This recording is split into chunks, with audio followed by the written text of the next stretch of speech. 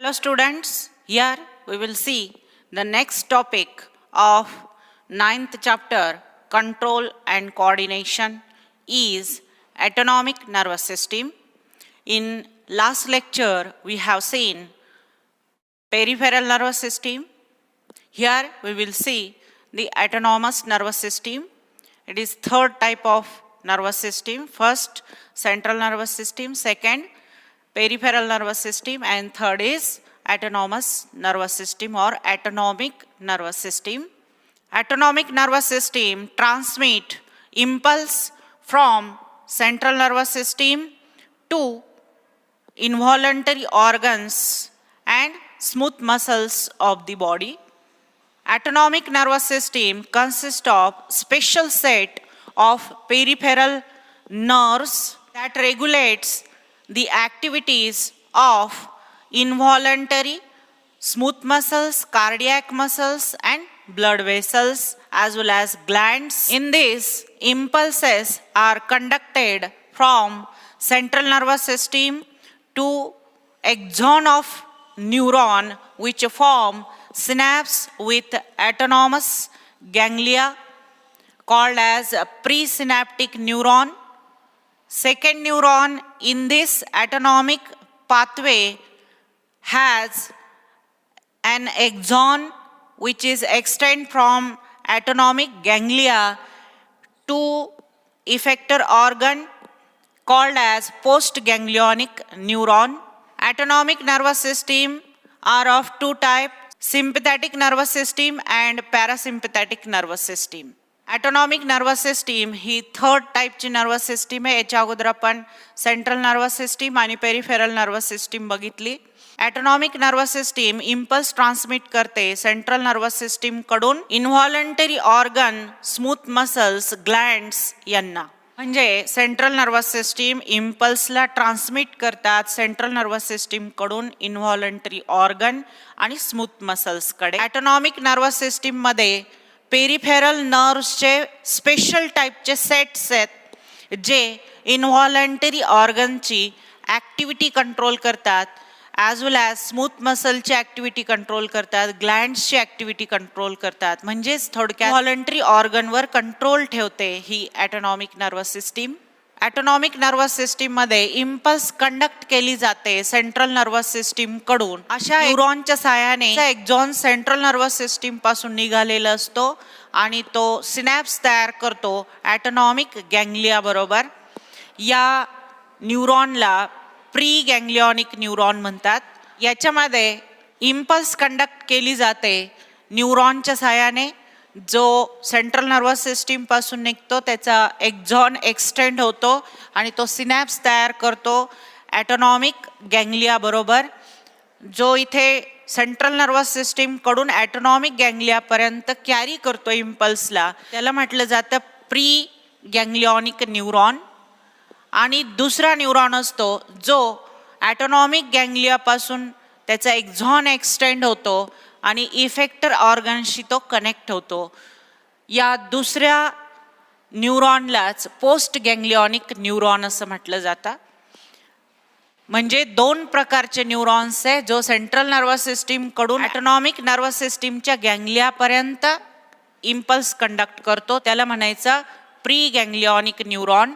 आणि जो या ऑटोनॉमिक नर्वस सिस्टीमच्या गँग्लियापासून पुढे इफेक्टर ऑर्गनपर्यंत इम्पल्स कंडक्ट करतो त्या दुसऱ्या न्यूरॉनला म्हणायचं post ganglionic neuron. Autonomic nervous सिस्टीममध्ये दोन टाईप्स आहेत, सिम्पॅथेटिक नर्वस सिस्टीम आणि parasympathetic nervous system. Here we will see this sympathetic nervous system. Sympathetic nervous system is also called as thoracolumbar outflow because it originates from thoracic region and lumbar region from T1 to L3 of spinal cord and consists of 22 pairs of sympathetic ganglia which is lie on pair of sympathetic cord on either side of spinal cord.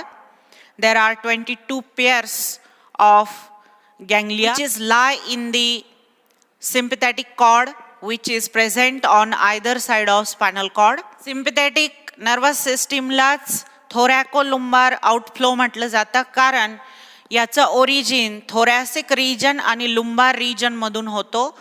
याच्यामध्ये 22 pairs of ganglia आहेत, ज्या कशावर असतात तर sympathetic कॉर्ड्सवर असतात, जे पेअरमध्ये असतात. Sympathetic cord या साईडला एक असतो या स्पायनल कॉर्डच्या आणि दुसऱ्या साईडला एक असतो. दोन साईडला दोन स्पायनल कॉर्डच्या दोन कॉर्ड असतात, सिम्पॅथेटिक कॉर्ड. आणि या दोन कॉर्डमध्ये जवळजवळ 22 पेअर्स असतात गँग्लियाचे. Sympathetic ganglia are located near the spinal cord, means near the central nervous system. So preganglionic nerve fiber are short, which is originated from central nervous system to sympathetic ganglia. It is also called as preganglionic neuron or nerve fiber. This preganglionic nerve fiber are short in sympathetic nervous system, and postganglionic nerve fiber means nerve fiber or axon which is extended from autonomous nervous system ganglia to the effector organ. This is called as postganglionic nerve fiber. This postganglionic nerve fiber is long.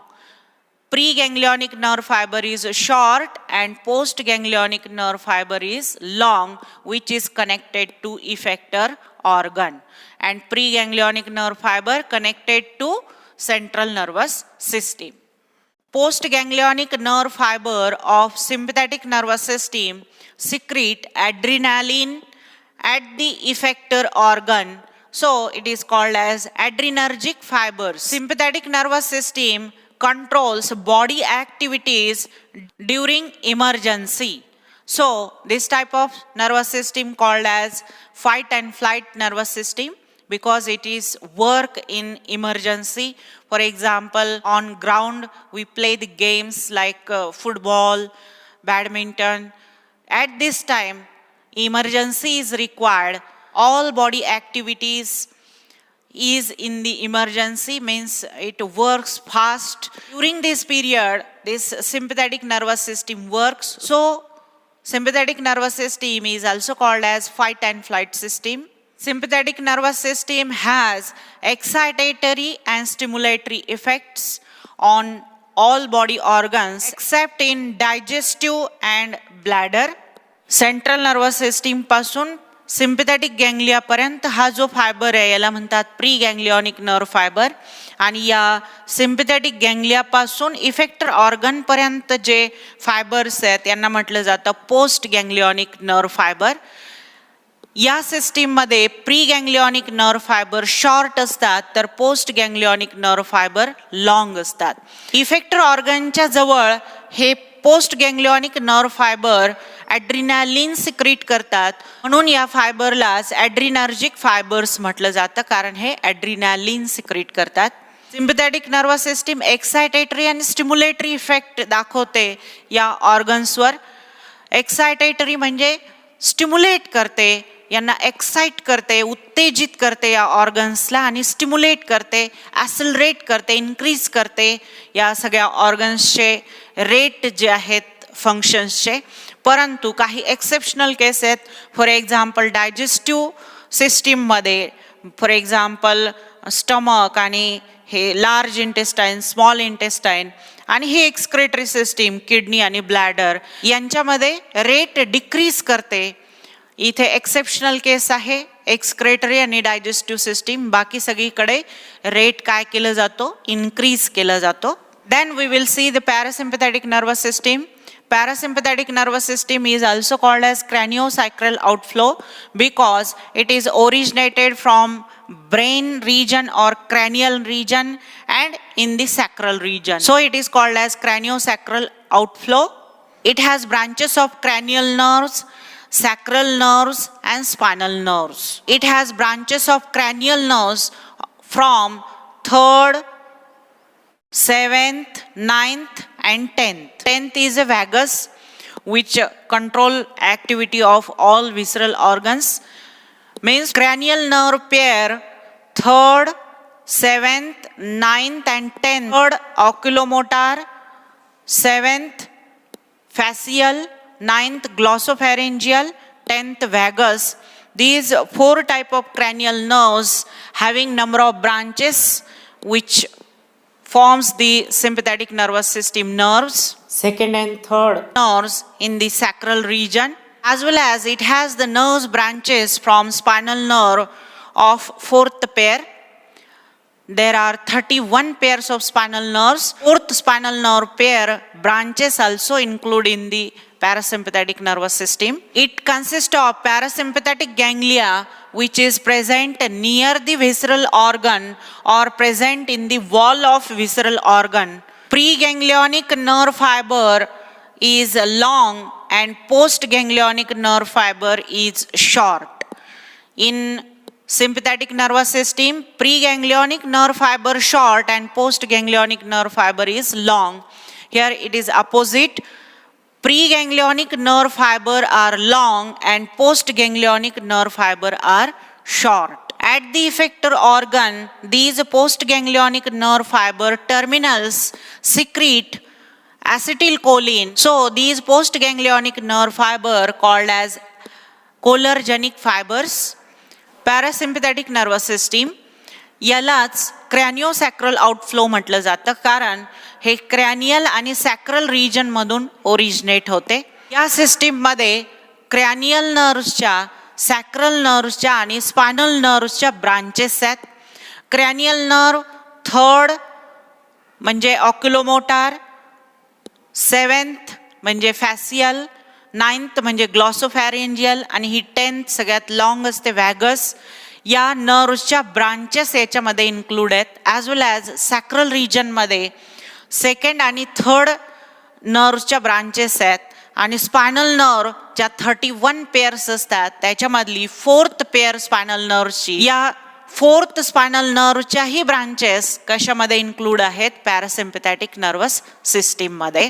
Parasympathetic nervous सिस्टीममध्ये parasympathetic ganglia हे effector ऑर्गनच्या जवळ असतात किंवा effector ऑर्गनच्या वॉलमध्येच असतात. प्रीगँग्लिओनिक nerve fibre हे long असतात, तर post गँग्लिओनिक nerve fibre हे शॉर्ट असतात. इकडे बघितलं आपण सिम्पॅथॅटिक गँग्लिया नर्वस सिस्टीमच्या अगदी सेंट्रल नर्वस सिस्टीमच्या अगदी जवळ आहे, म्हणून प्री गँग्लिओनिक नर्व फायबर शॉर्ट आहे आणि पोस्ट गँग्लिओनिक नर्व फायबर लॉंग आहे. इथे सिम्पॅथॅटिक गँग्लिया ऑर्गन वरच आहे, ऑर्गनच्या जवळ आहे, म्हणून प्री गँग्लिओनिक नर्व फायबर लॉंग आहे, तर पोस्ट गँग्लिओनिक नर्व फायबर कसं आहे, शॉर्ट आहे. या पोस्ट गँग्लिओनिक नर्व फायबरचे जे टर्मिनल्स आहेत ते ॲसिटिल कोलिन सिक्रीट करतात, म्हणून पोस्ट गँग्लिओनिक नर्व फायबरलाच कोलर्जेनिक फायबर्स म्हणतात. Parasympathetic nervous system is antagonistic to sympathetic nervous system. Parasympathetic nervous system brings back normal activities which is accelerated by sympathetic nervous system. Because sympathetic nervous system has stimulatory effect, it increases, it accelerates the rate of working of organs. But parasympathetic nervous system brings back to normal all activities of visceral organs. In digestive and excretory system, it increases peristaltic movement.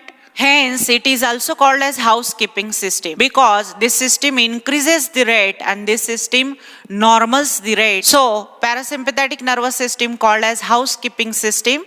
Parasympathetic nervous system has inhibitory effect on most of the organs. It has stimulatory effect, it has inhibitory effect on most of the organs. However, the activities, those associated with digestion, peristalsis and micturition, which are inhibited by sympathetic nervous system, thus accelerated by parasympathetic nervous system. Parasympathetic nervous system opposite आहे sympathetic nervous सिस्टीमच्या. Sympathetic nervous system या सगळ्या ऑर्गनच्या activity increase करते, ॲसलरेट करते, तर parasympathetic nervous system या सगळ्या ऑर्गनचे working जे आहेत, ज्या ॲक्टिव्हिटीज आहेत त्या नॉर्मल करते. विसरल ऑर्गनच्या ॲक्टिव्हिटीज ज्या सिम्पॅथॅटिक नर्वस सिस्टीमने वाढवलेल्या, ॲसलरेट केलेल्या, त्याला नॉर्मल करायचं काम कोणती सिस्टीम करते, parasympathetic nervous system.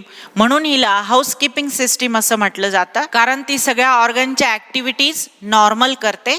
Sympathetic nervous system ही काही ऑर्गनचे रेट्स कमी करते. फॉर एक्झाम्पल डायजेशन असेल किंवा या डायजेस्टिव्ह सिस्टीमचं पेरिस्टाल्सिस असेल, म्हणजे खालच्या साईडला फूड पुश करणे, या स्टमकमध्ये इंटेस्टाईनमध्ये ही जी पेरिस्टाल्टिक मुवमेंट होते ती कमी करायचं काम सिम्पॅथेटिक नर्वस सिस्टीम करते. आणि एक्सक्रेटरी सिस्टीममध्ये ह्या कॉन्ट्रॅक्शन जे आहे ब्लॅडरचं ते होऊ देत नाही, म्हणजेच ब्लॅडरला रिलॅक्स ठेवते सिम्पॅथेटिक नर्वस सिस्टीम. म्हणजे यांचे रेट काय केले आणि डिक्रीज केले, थोडक्यात त्याला वाढवायचं काम ही पॅरासिम्पॅथेटिक नर्वस सिस्टीम करते.